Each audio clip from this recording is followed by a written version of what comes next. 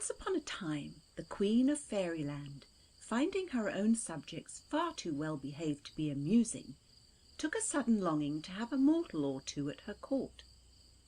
So after looking about her for some time, she fixed upon 2 to bring to Fairyland. But how were they to be brought? "Please, your Majesty," said at last the daughter of the Prime Minister, "I will bring the girl." The speaker, whose name was Peaseblossom, after her great-great-grandmother, looked so graceful and hung her head so apologetically that the Queen said at once, "How will you manage it, Peaseblossom?"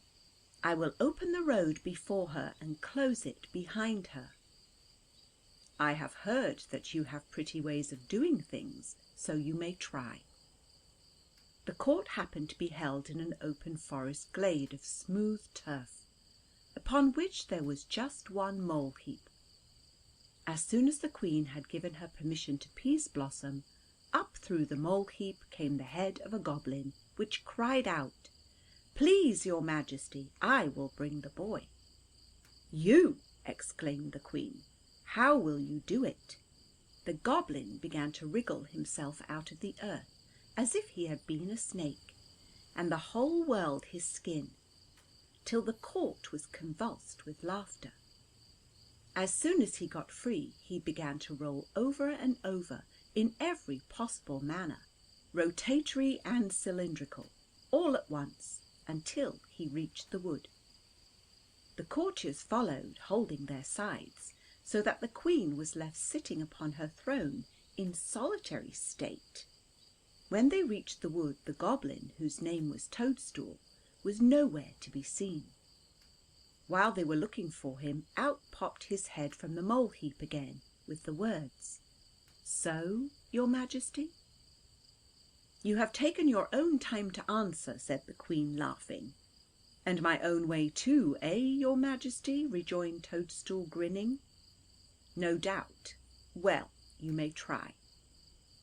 And the goblin, making as much of a bow as he could with only half his neck above ground, disappeared under it. No mortal, or fairy either, can tell where Fairyland begins and where it ends. But somewhere on the borders of Fairyland there was a nice country village, in which lived some nice country people. Alice was the daughter of the squire, a pretty good-natured girl, whom her friends called Fairy-like, and others called Silly. One rosy summer evening, when the wall opposite her bed was flaked all over with rosiness, she threw herself down on her bed and lay gazing at the wall. The rose colour sank through her eyes and dyed her brain, and she began to feel as if she were reading a story-book. She thought she was looking at a western sea, with the waves all red with sunset. But when the colour died out, Alice gave a sigh to see how commonplace the wall grew. "I wish it was always sunset," she said, half aloud. "I don't like grey things." "I will take you where the sun is always setting, if you like, Alice," said a sweet tiny voice near her. She looked down on the coverlet of the bed, and there, looking up at her, stood a lovely little creature. It seemed quite natural that the little lady should be there, for many things we never could believe have only to happen, and then there is nothing strange about them. She was dressed in white, with a cloak of sunset red, the colours of the sweetest of sweet peas. On her head was a crown of twisted tendrils, with a little gold beetle in front. "Are you a fairy?" said Alice. "Yes. Will you go with me to the sunset?" "Yes, I will." When Alice proceeded to rise, she found that she was no bigger than the fairy, and when she stood up on the counterpane, the bed looked like a great hall with a painted ceiling. As she walked towards Peaseblossom, she stumbled several times over the tufts that made the pattern, but the fairy took her by the hand and led her towards the foot of the bed. Long before they reached it, however, Alice saw that the fairy was a tall, slender lady, and that she herself was quite her own size. What she had taken for tufts on the counterpane were really bushes of furze and broom and heather on the side of a slope. "Where are we?" asked Alice. "Going on," answered the fairy. Alice, not liking the reply, said, "I want to go home." "Goodbye, then," answered the fairy. Alice looked round. A wide hilly country lay all about them. She could not even tell from what quarter they had come. "I must go with you, I see," she said. Before they reached the bottom, they were walking over the loveliest meadow grass. A little stream went cantering down beside them, without channel or bank, sometimes running between the blades, sometimes sweeping the grass all one way under it. And it made a great babbling for such a little stream, and such a smooth course. Gradually the slope grew gentler, and the stream flowed more softly and spread out wider. At length they came to a wood of long straight poplars growing out of the water, for the stream ran into the wood, and there stretched out into a lake. Alice thought they could go no further, but Peaseblossom led her straight on, and they walked through. It was now dark, but everything under the water gave out a pale, quiet light. There were deep pools here and there, but there was no mud or frogs or water lizards or eels. All the bottom was pure, lovely grass, brilliantly green. Down the banks of the pools she saw, all under water, primroses and violets and pimpernels. Any flower she wished to see, she had only to look for, and she was sure to find it. When a pool came in their way, the fairy swam, and Alice swam by her, and when they got out they were quite dry, though the water was as delightfully wet as water should be. Besides the trees, tall, splendid lilies grew out of it, and hollyhocks and irises and sword plants, and many other long-stemmed flowers.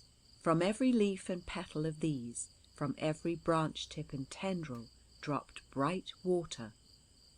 It gathered slowly at each point, but the points were so many that there was a constant musical plashing of diamond rain upon the still surface of the lake. As they went on, the moon rose and threw a pale mist of light over the whole, and the diamond drops turned to half-liquid pearls, and round every tree-top was a halo of moonlight, and the water went to sleep, and the flowers began to dream. "Look," said the fairy, "those lilies are just dreaming themselves into a child's sleep. I can see them smiling. This is the place out of which go the things that appear to children every night." "Is this dreamland, then?" asked Alice. "If you like," answered the fairy. "How far am I from home?" "The farther you go, the nearer home you are." Then the fairy lady gathered a bundle of poppies and gave it to Alice. The next deep pool that they came to, she told her to throw it in. Alice did so, and following it, laid her head upon it. That moment she began to sink. Down and down she went, till at last she felt herself lying on the long thick grass at the bottom of the pool, with the poppies under her head and the clear water high over it.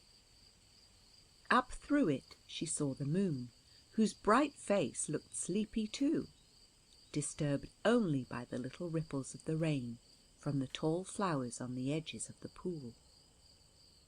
She fell fast asleep, and all night dreamed about home. Richard, which is name enough for a fairy story, was the son of a widow in Alice's village. He was so poor that he did not find himself generally welcome, so he hardly went anywhere, but read books at home and waited upon his mother. His manners, therefore, were shy and sufficiently awkward to give an unfavourable impression to those who looked at outsides. Alice would have despised him, but he never came near enough for that. Now Richard had been saving up his few pence in order to buy an umbrella for his mother, for the winter would come, and the one she had was almost torn to ribbons. One bright summer evening, when he thought umbrellas must be cheap, he was walking across the market-place to buy one. There, in the middle of it, stood an odd-looking little man, actually selling umbrellas. Here was a chance for him. When he drew nearer, he found that the little man, while vaunting his umbrellas to the skies, was asking such absurdly small prices for them that no one would venture to buy one. He had opened and laid them all out at full stretch on the market-place, about 25 of them, stick downwards, like little tents, and he stood beside, haranguing the people. But he would not allow one of the crowd to touch his umbrellas. As soon as his eye fell upon Richard, he changed his tone and said, "Well, as nobody seems inclined to buy, I think, my dear umbrellas, we had better be going home." Whereupon the umbrellas got up, with some difficulty, and began hobbling away. The people stared at each other with open mouths, for they saw that what they had taken for a lot of umbrellas was in reality a flock of black geese. A great turkey cock went gobbling behind them, driving them all down a lane towards the forest. Richard thought with himself, "There is more in this than I can account for, but an umbrella that could lay eggs would be a very jolly umbrella." So by the time the people were beginning to laugh at each other, Richard was halfway down the lanes at the heels of the geese. There he stooped and caught one of them, but instead of a goose he had a huge hedgehog in his hands, which he dropped in dismay. Whereupon it waddled away, a goose as before, and the whole of them began cackling and hissing in a way that he could not mistake. For the turkey cock he gobbled and gabbled and choked himself, and got right again in the most ridiculous manner. In fact, he seemed sometimes to forget that he was a turkey, and laughed like a fool. All at once, with a simultaneous long-necked hiss, they flew into the wood, and the turkey after them. But Richard soon got up with them again, and found them all hanging by their feet from the trees, in 2 rows, one on each side of the path, while the turkey was walking on. Him Richard followed, but the moment he reached the middle of the suspended geese, from every side arose the most frightful hisses, and their necks grew longer and longer, till there were nearly 30 broad bills close to his head, blowing in his face, in his ears, and at the back of his neck. But the turkey, looking round and seeing what was going on, turned and walked back. When he reached the place, he looked up at the first and gobbled at him in the wildest manner. That goose grew silent and dropped from the tree. Then he went to the next, and so on, till he had gobbled them all off the trees, one after another. But when Richard expected to see them go after the turkey, there was nothing there but a flock of huge mushrooms and puff-balls. "I have had enough of this," thought Richard. "I will go home again." "Go home, Richard," said a voice close to him. Looking down, he saw, instead of the turkey, the most comical-looking little man he had ever seen. "Go home, Master Richard," repeated he, grinning. "Not for your bidding," answered Richard. "Come on then, Master Richard."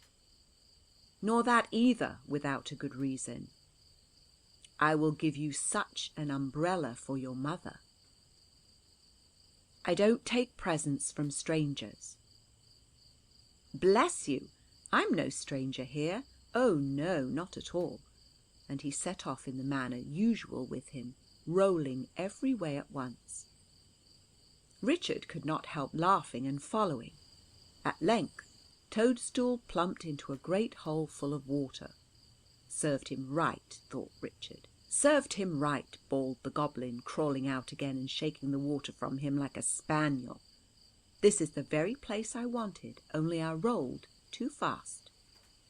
However, he went on rolling again faster than before, though it was now uphill, till he came to the top of a considerable height, on which grew a number of palm trees. "Have you a knife, Richard?" said the goblin, stopping all at once, as if he had been walking quietly along, just like other people. Richard pulled out a pocket knife and gave it to the creature, who instantly cut a deep gash in one of the trees. Then he bounded to another and did the same, and so on till he had gashed them all. Richard, following him, saw that a little stream, clearer than the clearest water, began to flow from each, increasing in size the longer it flowed. Before he had reached the last, there was quite a tinkling and rustling of the little rills that ran down the stems of the palms. This grew and grew, till Richard saw that a full rivulet was flowing down the side of the hill.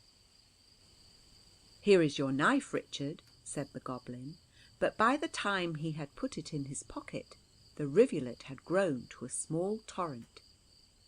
"Now, Richard, come along," said Toadstool, and threw himself into the torrent. "I would rather have a boat," returned Richard. "Oh, you stupid!" cried Toadstool, crawling up the side of the hill, down which the stream had already carried him some distance. With every contortion that labour and difficulty could suggest, yet with incredible rapidity, he crawled to the very top of one of the trees, and tore down a huge leaf, which he threw on the ground, and himself after it, rebounding like a ball. He then laid the leaf on the water, held it by the stem, and told Richard to get upon it. He did so. It went down deep in the middle with his weight. Toadstool let it go, and it shot down the stream like an arrow. This began the strangest and most delightful voyage. The stream rushed careering and curveting down the hillside, bright as a diamond, and soon reached a meadow plain. The goblin rolled alongside of the boat like a bundle of weeds, but Richard rode in triumph through the low grassy country upon the back of his watery steed. It went straight as an arrow, and, strange to tell, was heaped up on the ground, like a ridge of water or a wave, only rushing on endways. It needed no channel, and turned aside for no opposition. It flowed over everything that crossed its path, like a great serpent of water, with folds fitting into all the ups and downs of the way. If a wall came in its course, it flowed against it, heaping itself up on itself till it reached the top, whence it plunged to the foot of the other side, and flowed on. Soon he found that it was running gently up a grassy hill. The waves kept curling back as if the wind blew them, or as if they could hardly keep from running down again. But still the stream mounted and flowed, and the waves with it. It found it difficult, but it could do it. When they reached the top, it bore them across a heathy country, rolling over purple heather and blue harebells and delicate ferns, and tall foxgloves crowded with bells, purple and white. All the time the palm leaf curled its edges away from the water, and made a delightful boat for Richard, while Toadstool tumbled along in the stream like a porpoise. At length the water began to run very fast, and went faster and faster, till suddenly it plunged them into a deep lake with a great splash, and stopped there.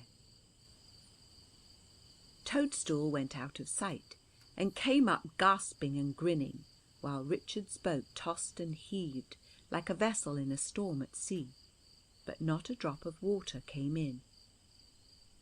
Then the goblin began to swim, and pushed and tugged the boat along, but the lake was so still, and the motion so pleasant, that Richard fell fast asleep. When he woke, he found himself still afloat upon the broad palm leaf. He was alone in the middle of a lake, with flowers and trees growing in and out of it everywhere. The sun was just over the treetops. A drip of water from the flowers greeted him with music. The mists were dissolving away, and where the sunlight fell on the lake, the water was clear as glass. Casting his eyes downward, he saw, just beneath him, far down at the bottom, Alice drowned, as he thought. He was in the act of plunging in when he saw her eyes open, and at the same moment begin to float up. He held out his hand, but she repelled it with disdain, and swimming to a tree, sat down on a low branch, wondering how ever the poor widow's son could have found his way into fairyland. She did not like it. It was an invasion of privilege. "How did you come here, young Richard?" she asked from 6 yards off. "A goblin brought me."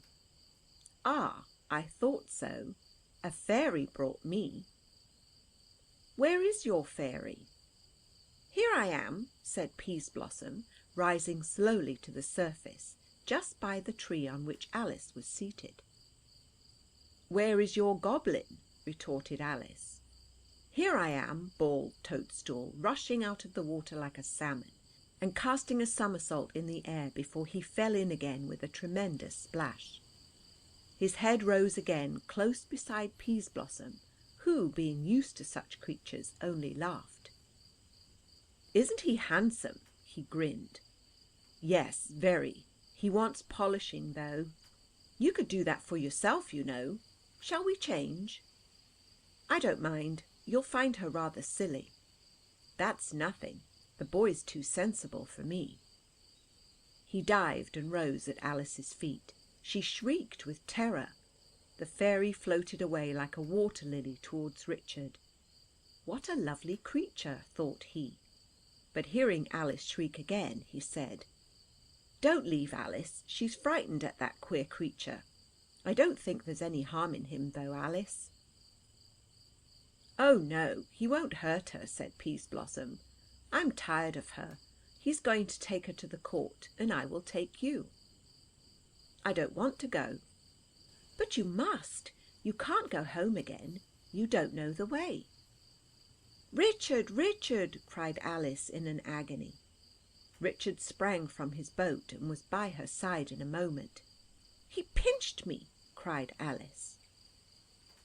Richard hit the goblin a terrible blow on the head, but it took no more effect upon him than if his head had been a round ball of India rubber.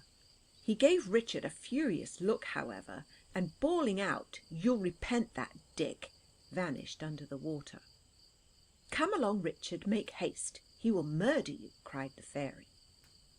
"It's all your fault," said Richard. "I won't leave Alice." Then the fairy saw it was all over with her and Toadstool, for they can do nothing with mortals against their will. So she floated away across the water in Richard's boat, holding her robe for a sail, and vanished, leaving the two alone in the lake. "You have driven away my fairy," cried Alice. "I shall never get home now. It is all your fault, you naughty young man." "I drove away the goblin," remonstrated Richard. "Will you please to sit on the other side of the tree? I wonder what my papa would say if he saw me talking to you." "Will you come to the next tree, Alice?" said Richard after a pause. Alice, who had been crying all the time that Richard was thinking, said, "I won't." Richard therefore plunged into the water without her and swam for the tree. Before he had got halfway, however, he heard Alice crying, "Richard, Richard!" This was just what he wanted, so he turned back and Alice threw herself into the water. With Richard's help she swam pretty well, and they reached the tree. "Now for the next," said Richard, and they swam to the next and then to the third. Every tree they reached was larger than the last, and every tree before them was larger still. So they swam from tree to tree till they came to one that was so large that they could not see round it. What was to be done? Clearly to climb this tree. It was a dreadful prospect for Alice, but Richard proceeded to climb, and by putting her feet where he put his, and now and then getting hold of his ankle, she managed to make her way up. There were a great many stumps where branches had withered off, and the bark was nearly as rough as a hillside, so there was plenty of foothold for them. When they had climbed a long time, and were getting very tired indeed, Alice cried out, "Richard, I shall drop, I shall. Why did you come this way?" And she began once more to cry. But at that moment Richard caught hold of a branch above his head, and reaching down his other hand, got hold of Alice, and held her till she had recovered a little.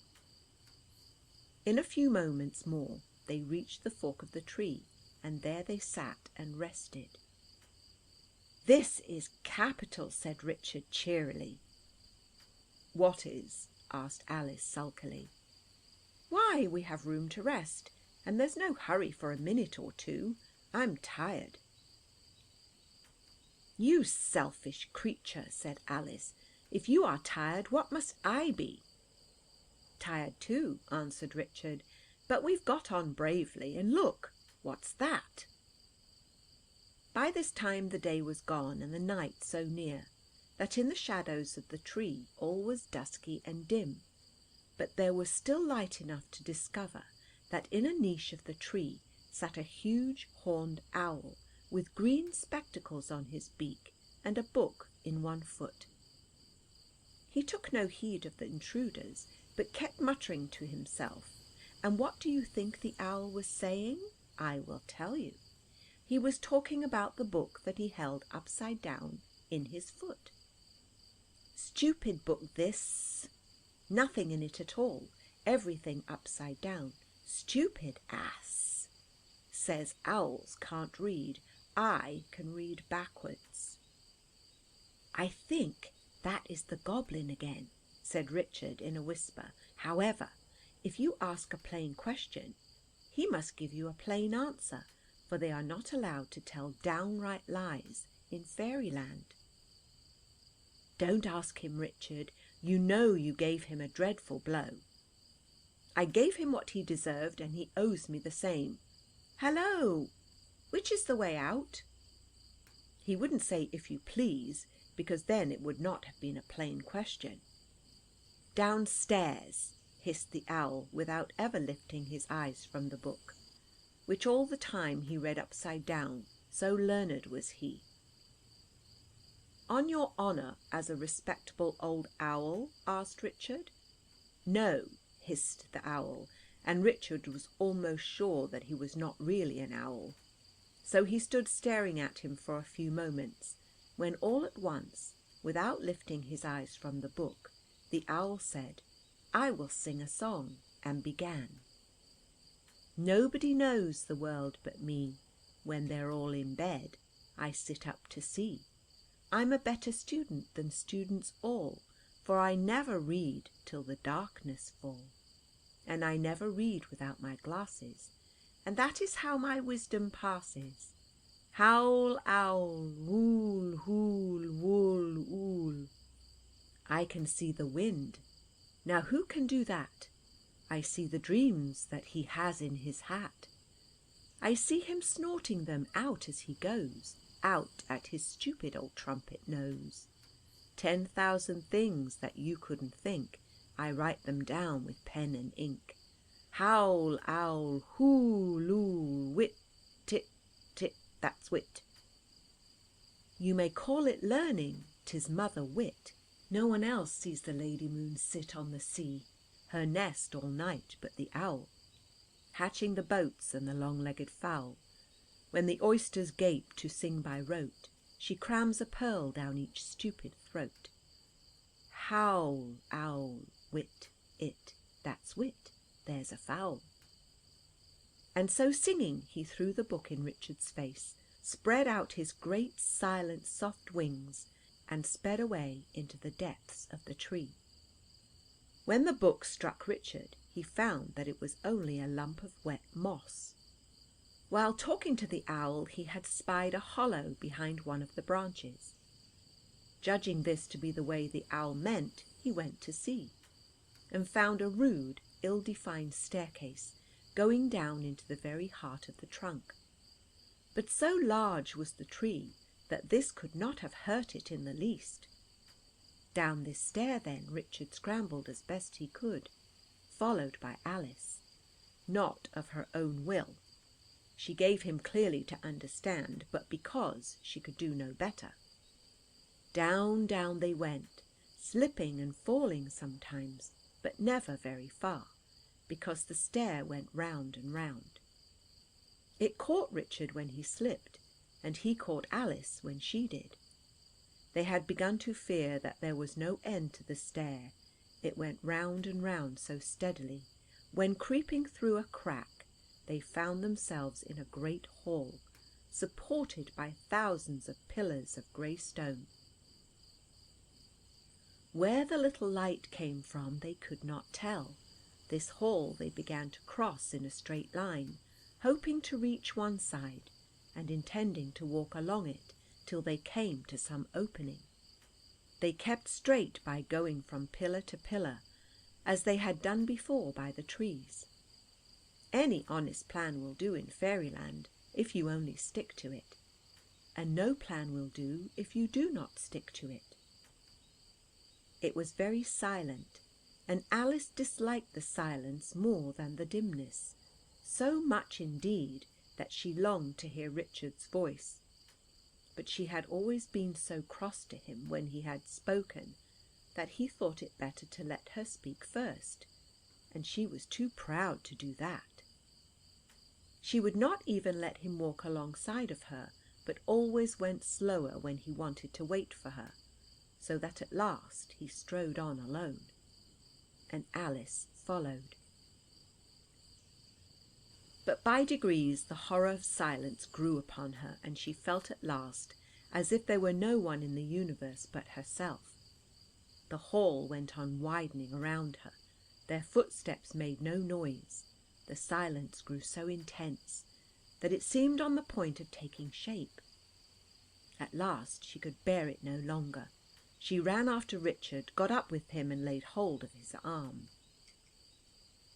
He had been thinking for some time what an obstinate, disagreeable girl Alice was, and wishing he had her safe home to be rid of her, when, feeling a hand and looking round, he saw that it was the disagreeable girl. She soon began to be companionable after a fashion, for she began to think, putting everything together, that Richard must have been several times in fairyland before now. "It is very strange," she said to herself, "for he is quite a poor boy. I am sure of that. His arms stick out beyond his jacket like the ribs of his mother's umbrella. And to think of me wandering about fairyland with him!" The moment she touched his arm, they saw an arch of blackness before them. They had walked straight to a door, not a very inviting one, for it opened upon an utterly dark passage. Where there was only one door, however, there was no difficulty about choosing. Richard walked straight through it, and from the greater fear of being left behind, Alice faced the lesser fear of going on. In a moment they were in total darkness. Alice clung to Richard's arm and murmured, almost against her will, "Dear Richard." It was strange that fear should speak like love, but it was in fairyland. It was strange, too, that as soon as she spoke thus, Richard should fall in love with her all at once. But what was more curious still was that, at the same moment, Richard saw her face. In spite of her fear, which had made her pale, she looked very lovely. "Dear Alice," said Richard, "how pale you look. How can you tell that, Richard, when all is as black as pitch? I can see your face, it gives out light. Now I see your hands. Now I can see your feet. Yes, I can see every spot where you are going to... No, don't put your foot there. There is an ugly toad just there." The fact was that the moment he began to love Alice, his eyes began to send forth light. What he thought came from Alice's face really came from his eyes. All about her and her path he could see, and every minute saw better. But to his own path he was blind. He could not see his hand when he held it straight before his face, so dark was it. But he could see Alice, and that was better than seeing the way, ever so much. At length Alice too began to see a face dawning through the darkness. It was Richard's face, but it was far handsomer than when she saw it last. Her eyes had begun to give light too, and she said to herself, "Can it be that I love the poor widow's son? I suppose that must be it," she answered herself with a smile, for she was not disgusted with herself at all. Richard saw the smile and was glad. Her paleness had gone, and a sweet rosiness had taken its place, and now she saw Richard's path as he saw hers, and between the two sights they got on well. They were now walking on a path betwixt two deep waters which never moved, shining as black as ebony where the eye-light fell. But they saw ere long that this path kept growing narrower and narrower. At last, to Alice's dismay, the black waters met in front of them. "What is to be done now, Richard?" she said. When they fixed their eyes on the water before them, they saw that it was swarming with lizards and frogs and black snakes and all kinds of strange and ugly creatures, especially some that had neither heads nor tails, nor legs nor fins nor feelers, being, in fact, only living lumps. These kept jumping out and in and sprawling upon the path. Richard thought for a few moments before replying to Alice's question, as indeed well he might. But he came to the conclusion that the path could not have gone on for the sake of stopping there, and that it must be a kind of finger that pointed on where it was not allowed to go itself. So he caught up Alice in his strong arms and jumped into the middle of the horrid swarm. And just as minnows vanish if you throw anything amongst them, just so these wretched creatures vanished, right and left and every way. He found the water broader than he had expected, and before he got over, he found Alice heavier than he could have believed. But upon a firm, rocky bottom, Richard waded through in safety.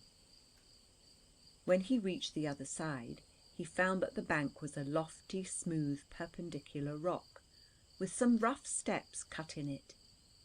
By and by the steps led them right into the rock, and they were in a narrow passage once more, but this time leading up.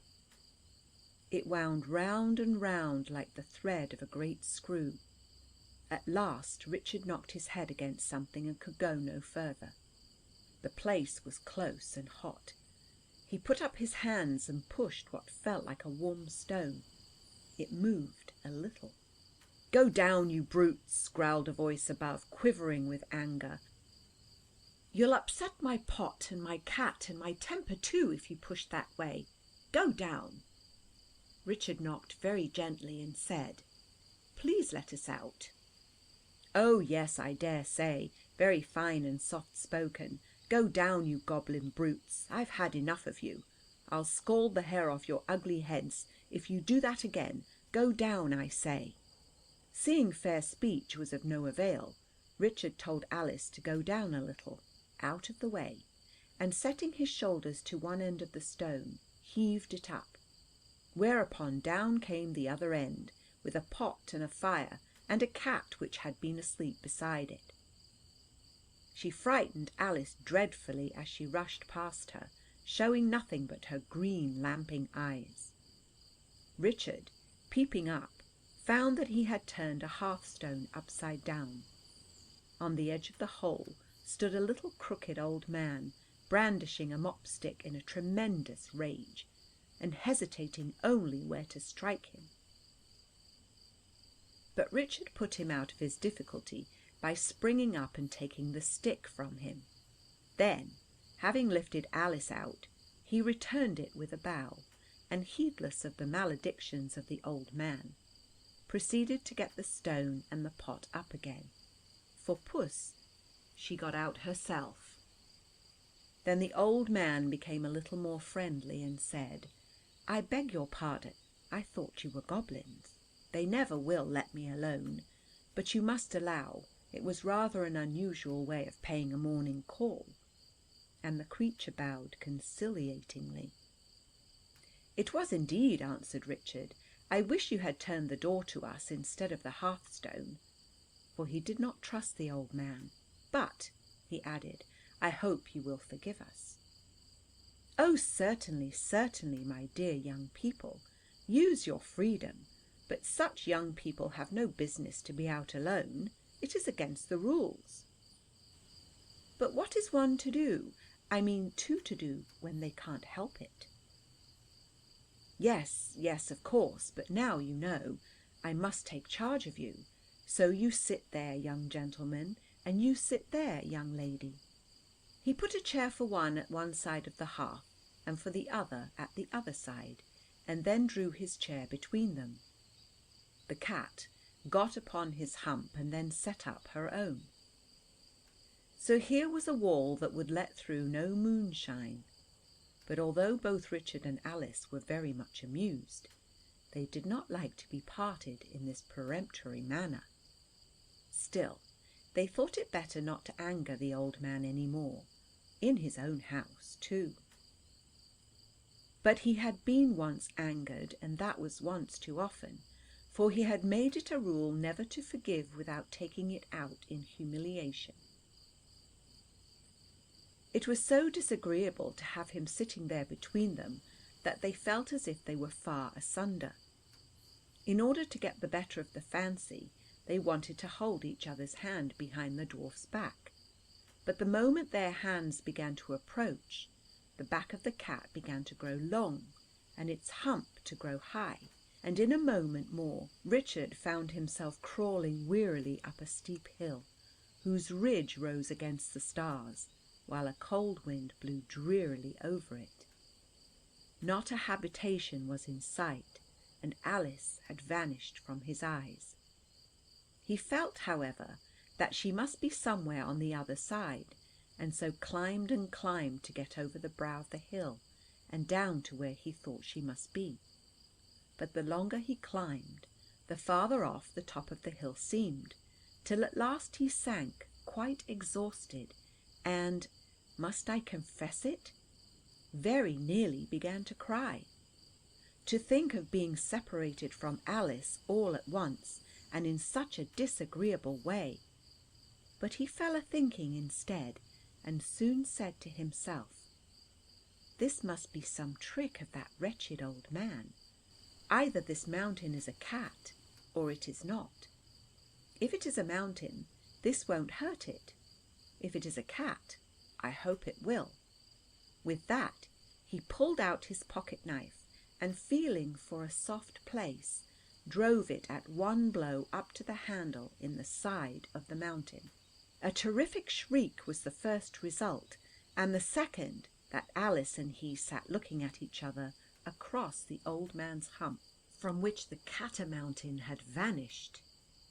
Their host sat staring at the blank fireplace without ever turning round, pretending to know nothing of what had taken place. "Come along, Alice," said Richard, rising. "This won't do. We won't stop here." Alice rose at once and put her hand in his. They walked towards the door. The old man took no notice of them. The moon was shining brightly through the window, but instead of stepping out into the moonlight when they opened the door, they stepped into a great beautiful hall, through the high Gothic windows of which the same moon was shining. Out of this hall they could find no way, except by a staircase of stone which led upwards. They ascended it together. At the top Alice let go Richard's hand to peep into a little room, which looked all the colours of the rainbow, just like the inside of a diamond. Richard went a step or two along a corridor, but finding she had left him, turned and looked into the chamber. He could see her nowhere.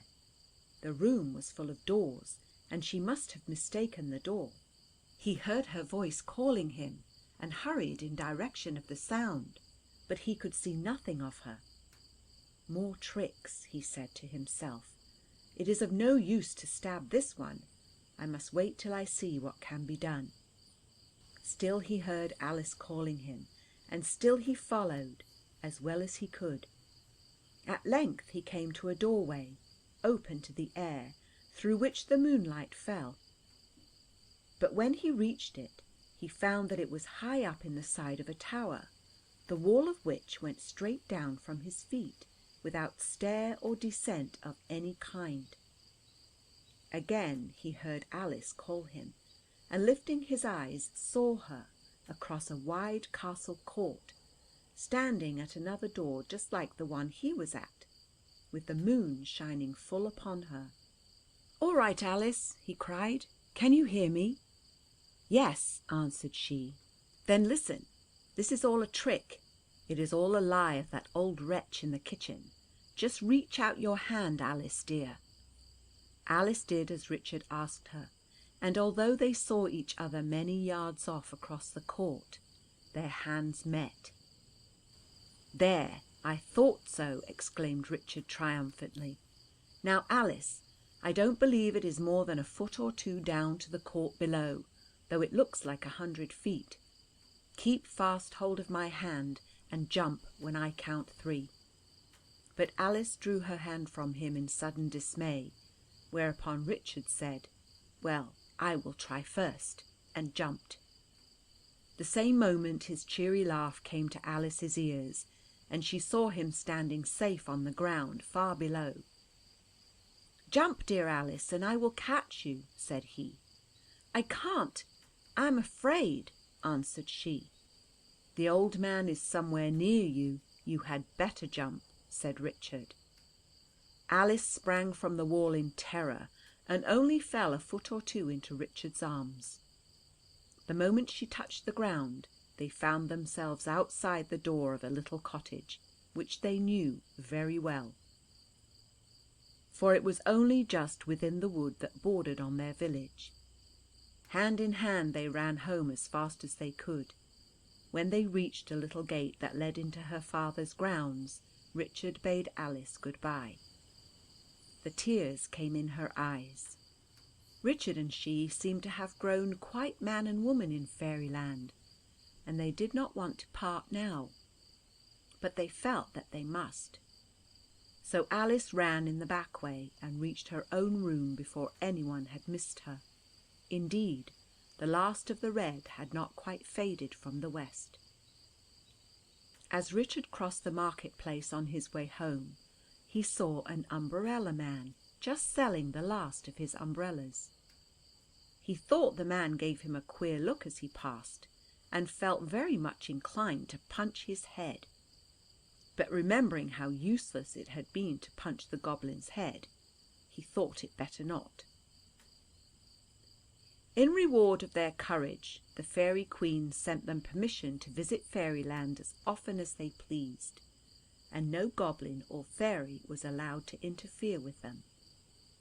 For Peaseblossom and Toadstool, they were both banished from court and compelled to live together for 7 years in an old tree that had just one green leaf upon it. Toadstool did not mind it much, but Peaseblossom did.